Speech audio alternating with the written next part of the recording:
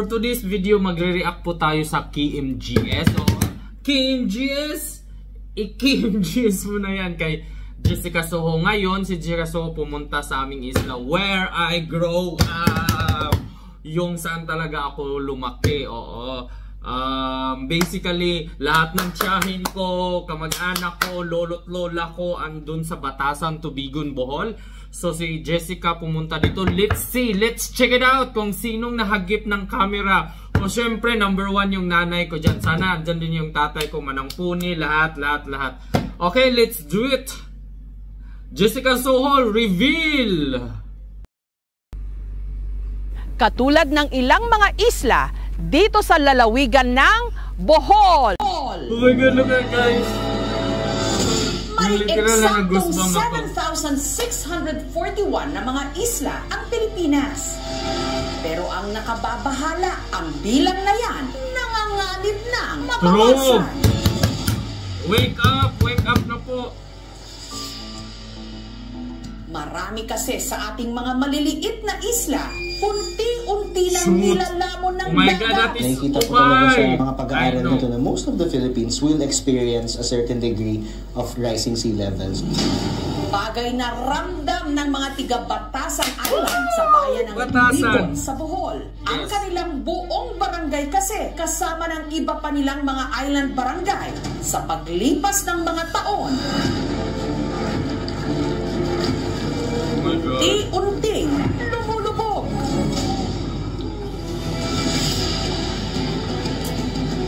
Magandang bahay yan natin. May aircon yan. Nung lumibo bumaba yung lupa. Napunta na sa tubig. Kapitan. Wala na. Nung magpasta, pumasok na sa bota. Waipek ang bota rito. Kasi may mga wala ma'am. Huwag ka na magbota ma'am. Magpaa ka na ma'am. Hindi lang mismong lupa ang nalulubog sa sitwasyong ito, kundi pati na ang kanilang mga tirahan, kabuhayan, mga pangarap.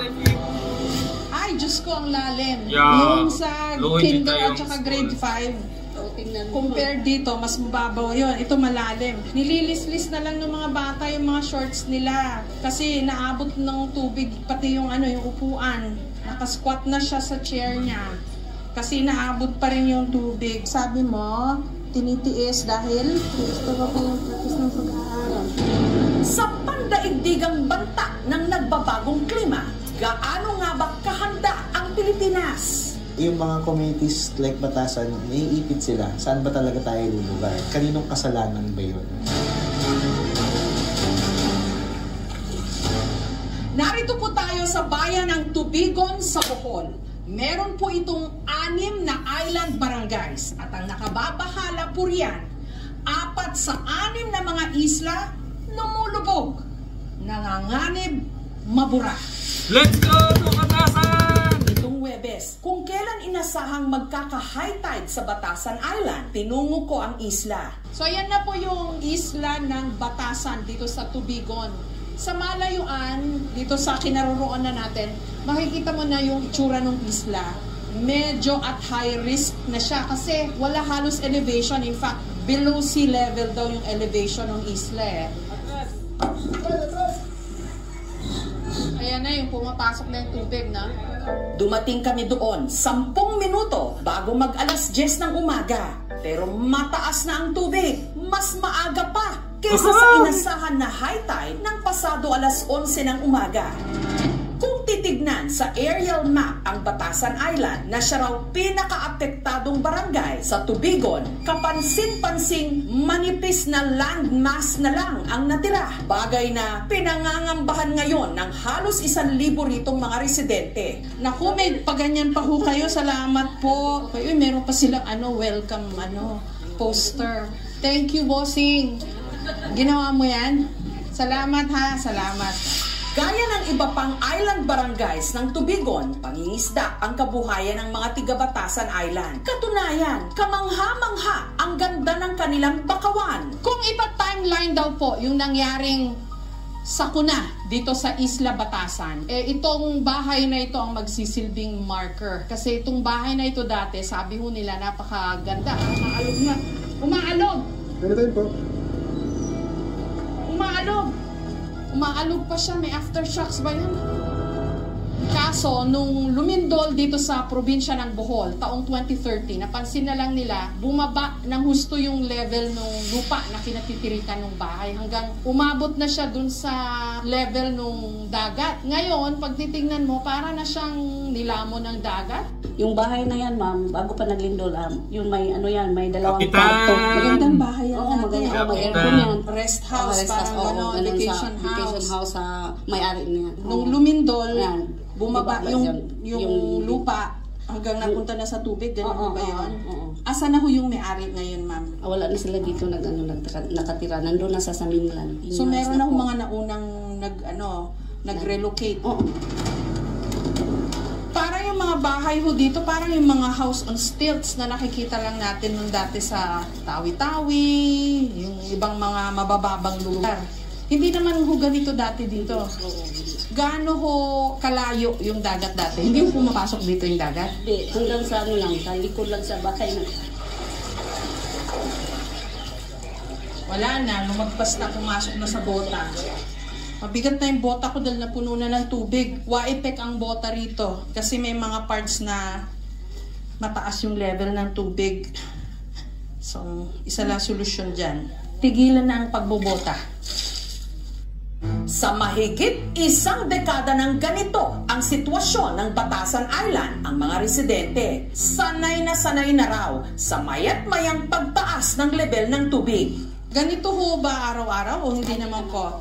After 1 week, ano naman, low tide na naman. Then next week, Sa may laktaw-laktaw naman na isang linggo. Para ma-monitor ang tides o ang pagtaas o pagbaba ng tubig, ang mga bahay rito hindi nawawala ng kalendaryo. malaman namin pag tumitag din kami tumingin sa kalendar. Ay, may panabong din si tatay. Wow. Wala yatang hindi basa dito. Lahat basa. Lahat pinapasok ng tubig dagat. Parang high tide, low tide. Ganito ang buhay nila. Oh, kamusta po? Okay kayo na ano? Uy, si Nanay Tubig Ine! yung Ano lang, kay Lola ko po yan. Lola ko yan. Lola. Ano daw po, Kapitana? Yung dagat, parang ano, yung dagat ang balas tuhod. Gamot sa rayuma. Yun nga yung sinasabi nila noon pa. Lola, marumi eh. Oh, halo-halo na yung mga basura. At dahil wala silang malalaking mga bato para pangharang sa tubig mula sa dagat, ang gamit nila tumpok-tumpok na corals na nakasisira rin sa kanilang karagatan. Dahil sa corals namumuhay at nangingitlog ang mga isda, apektado tuloy pati ang kanilang kabuhayan. Para naman hindi makapasok sa kanilang mga bahay ang mga basura galing sa dagat, naglalagay sila ng lambat. Lola, ibang klase yan na. Nagwawalis kayo sa tubig. Kailangan linisin. Kahit pa paano, ano? Paano yun, Lola? Wala kayong dustpan, walang basura.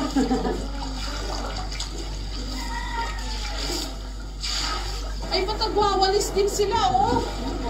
Puso ko talaga magwalis din sa ano. Nakala ko yung Lola yung kanina, kakaiba. Yung pala, common practice, winawalis pa rin nila yung tubig. Para ano, hindi pumasok yung dumi. Oo. Eh kaso babalik din po. Dapat kolektahin na lang po. Lalo na yung plastic. Na ano yan, nanguhuli kayo ng isda o basura? Basura po. Basura. Marami-rami pa ko kayo nakakutin. Kasi pag binawalis, babalik mamayan pa yan. Lubog ang kanilang basketball court, pero ang mga residente tuloy pa rin sa paglalaro. Ang kalsada, instant swimming pool. Sa tubig, may mga isda sa kalsada at ahas tubig na kung tawagin dito, tangkig. Hindi to nakakatay ng tao. Hindi katulad sa Tigwaw. Gumagawa ng bahay. Kamusta ho kayo dyan? Ay, yung bahay nyo dati, lumubog. So, nagpapagawa kayo ng bago? Nangungutang ang papagawa ng bahay. Magkano ang inutang nila? Batang ito, 40. 2 floors na po yung bahay nyo. Ito lang. Isa ito lang. Eh, hindi na ho abutin ng tubig yan. Hindi na siguro. Yan na lang. Hanggang dyan.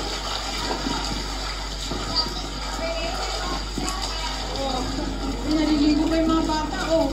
Maski pa paano, meron pa rin konting kasiyahan. Yung mga bata, oh, nagsuswimming. Ayan na nga lang naman ang dagat. Nasa bahay na nila, nasa bakuran na.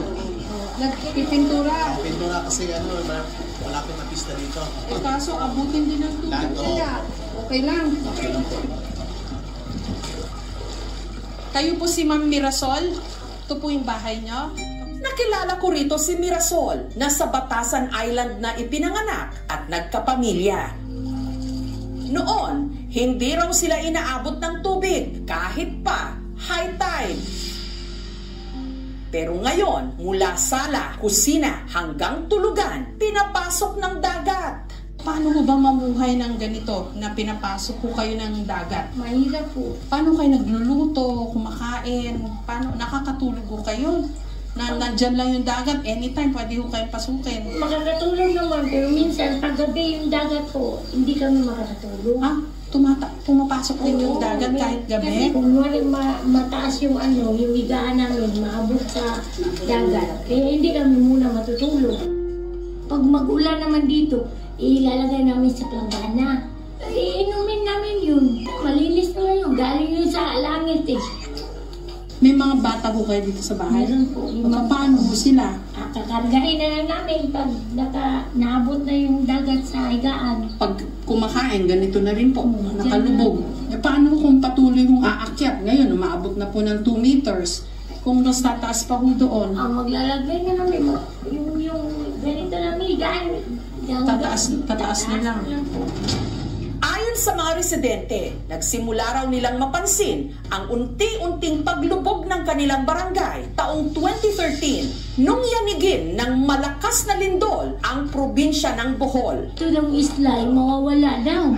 Paano yan mawawala? Kami, kinakabahan kami noon. Nagdadasal na sana, hindi na mawawala.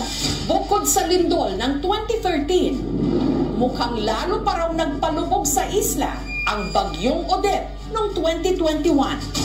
Bukod sa Batasan Island, lumubog na rin ang iba pang mga isla katulad ng Ubay, Inanuran at Bilang-Bilangan. Yung geological setting talaga ng Bohol ay mostly limestone yung lupa. And so nung nagkaroon ng earthquake, umangat. Unfortunately, isa ang Batasan sa mga areas na lumubog. Ang phenomenon na ito na nangyari sa Tubigon, tinatawag namin ito co-seismic uplift or subsidence. Ang North Bohol Fault, siya yung dahilan kung bakit lumubog itong mga isla na nasa hilaga ng Bohol. Lumubog. Kombinasyon na yan ng paggalaw ng lupa at yung pagtaas din ng tubig dahil nga sa climate change. Global average ngayon ay 3.2 millimeters per year. Bohol, based sa aming records, ay nasa 10.8 millimeters per year. So, ibig sabihin, 3 beses pa siya kabilis na tumaas sa global average.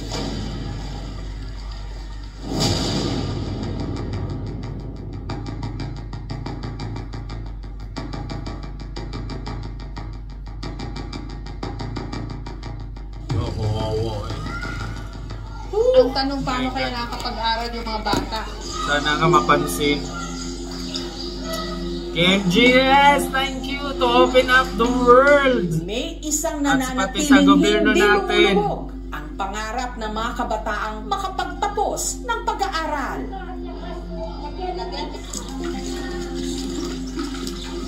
Hello, good morning! Dito nakilala ko si Teacher Lisa, guro sa Batasan Elementary School. Ang buong eskwelahan, lubog sa tubig. Ma'am Lisa, paano kayo nakapagturo sa ganitong sitwasyon? Talagang nag-distract yung mga bata, hindi nakinig. Ang hirap magturo. Yes, ma'am. Sa ibang mga classroom, ang mga gamit nagsisilutangan na.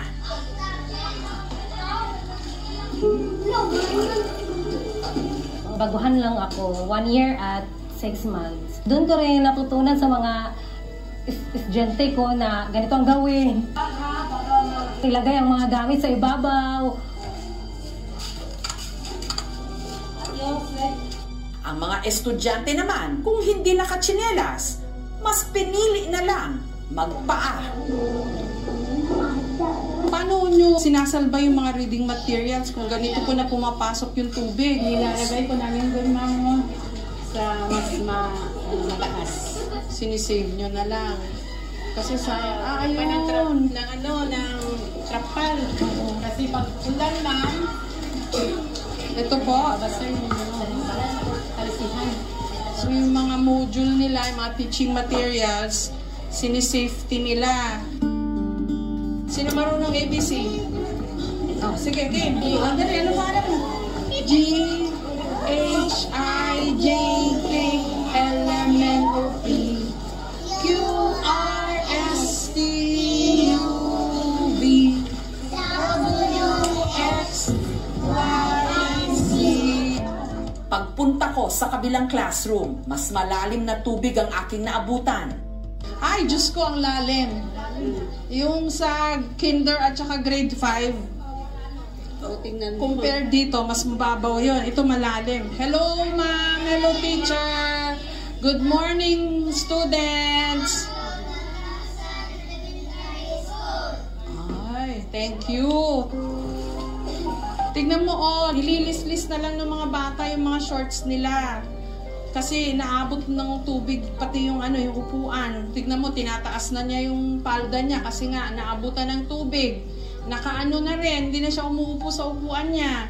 Paano ba mag-aral sa ganito na nakalubog kayo sa sa tubig? Nasanay na raw. Gusto mo lumipat na school na hindi binabaha? Ayoko po. Walang magbantay sa akin. Hindi safety sa mga bata pero wala tayong magawa kapag ganito taga high tide, laban lang. Kahit mahirap ang kanilang kalagayan, hindi pa rin sila kanang tigil sa kanilang pag-aaral dahil ang pag-aaral ay isa sa mga susi para sila ay magtagumpay, para maiahon sila sa ganitong sitwasyon. Palagi kang kaming humihiling na sana ma-elevated na ito. Pero kahit palubog sa tubig ang silya ng mga estudyante, nangingibabaw pa rin ang dedikasyon nilang makapag-aral sa pag-asang edukasyon ang mag-aahon sa kanila. Pangarap ko mag-nurse para makatulong sa mga tao na may sakit. Nakasquat na siya sa chair niya kasi naabot pa rin yung tubig. Pero sabi mo, tinitiis dahil? Tinitiis dahil gusto daw niyang makapagtapos ng pag-aaral. Very good, Atintan. Mag-aral kayong mabuti, ha? Harinawa, hindi ganito yung datnan nyo pagka kayo na yung malalaki. Sana magkaroon ng solusyon. Sanay na kami. Mag-adjust na lang talaga. Adjust na lang.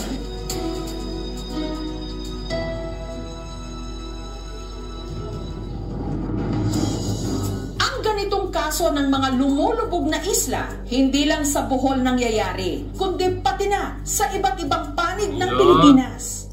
Ayun, grabe, diba? Nakakaawa. Sobra naawa ako kasi dyan din ako nag-aaral, dyan ako lumaki, doon ko nahubog ang aking pagkatao. Nahubog! Pero nakakaiyak, I don't want to cry kasi nga that's the reality.